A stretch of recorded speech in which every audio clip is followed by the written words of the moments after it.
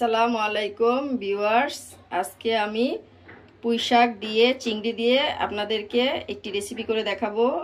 পুঁইশাকের সাথে চিংড়ি কিভাবে রান্না করতে হয় আমি দেখিয়ে দেব। এখানে আমি পুঁইশাক নিয়েছি, এটা আমার ছাদ বাগানের পুঁইশাক। এই পুঁইশাক দিয়ে আমি আজকে আপনাদেরকে চিংড়ি মাছ রান্না করে দেখাবো।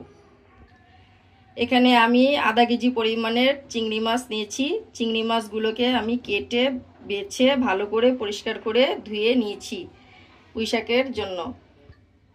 আর আমি পাতলা পাতলা করে কেটে নিয়েছি কিছু পরিমাণের আলু নিয়েছি, পরিমাণ মতো পেঁয়াজ কুচি, 6-7টা কাঁচামরিচ আমি এখানে ফালি করে নিয়েছি 2 টেবিল চামচ মরিচের গুঁড়া, 1 টেবিল চামচ হলুদের গুঁড়া, পরিমাণ মতো লবণ। তরকারিটা রান্নার জন্য এখানে আমি প্যান বসিয়ে দিয়েছি, দিয়ে দিলাম পরিমাণ মতো তেল।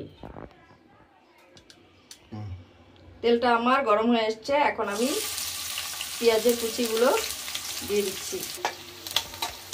পেঁয়াজগুলো আমার হালকা বাদামি হয়ে এসছে, এখন আমি চিংড়ি মাছগুলো দিয়ে দিচ্ছি। চিংড়ি মাছগুলো আমি পেঁয়াজের সাথে ভেজে নেব।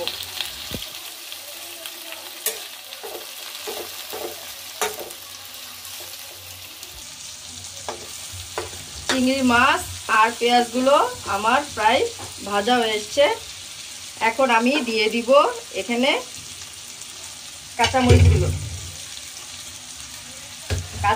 কাঁচামরিচ দিয়ে আমি পেঁয়াজটা আরো ভালো করে মাছটা নাড়াচাড়া দিয়ে দিয়েছি। এখন আমি দিয়ে দিচ্ছি মরিচের গুঁড়া, দিয়ে দিলাম হলুদের গুঁড়া, দিয়ে দিলাম পরিমাণ মতো লবণ। এখন আমি সবগুলো মশলা একসাথে ভালো করে কষিয়ে নিচ্ছি। তারপরে দিয়ে দিব সামান্য পরিমাণের পানি।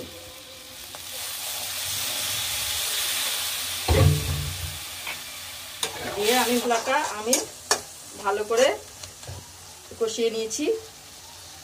এখন দিয়ে দিচ্ছি আলুগুলো সিদ্ধ হতে একটু সময় লাগবে, তাই আমি আলুগুলো আগেই দিয়ে দিলাম। আলু দিয়ে আমি আবারও মশলাটাকে 10 মিনিট কষিয়ে নেব। মশলাটা আমার ভালো করে কষানো হয়ে গেছে আলু দিয়ে, এখন আমি দিয়ে দিচ্ছি শাকগুলোকে।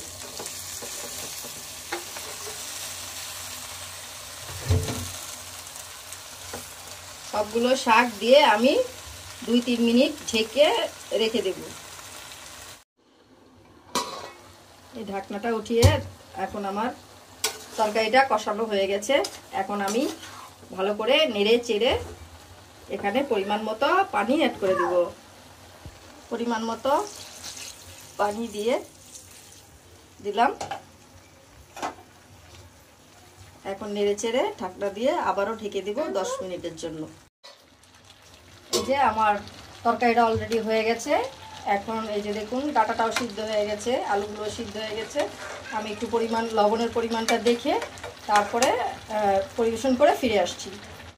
তৈরি হয়ে গেল আমার পুঁইশাক দিয়ে চিংড়ি। আমার রেসিপিটি যদি আপনাদের ভালো লেগে থাকে তাহলে লাইক, কমেন্ট, শেয়ার করতে ভুলবেন না। আর আমার চ্যানেলটি অবশ্যই সাবস্ক্রাইব করে রাখবেন, বেল আইকনটি বাজিয়ে রাখবেন। আর যারা সাবস্ক্রাইব করেছেন তাদেরকে অসংখ্য ধন্যবাদ।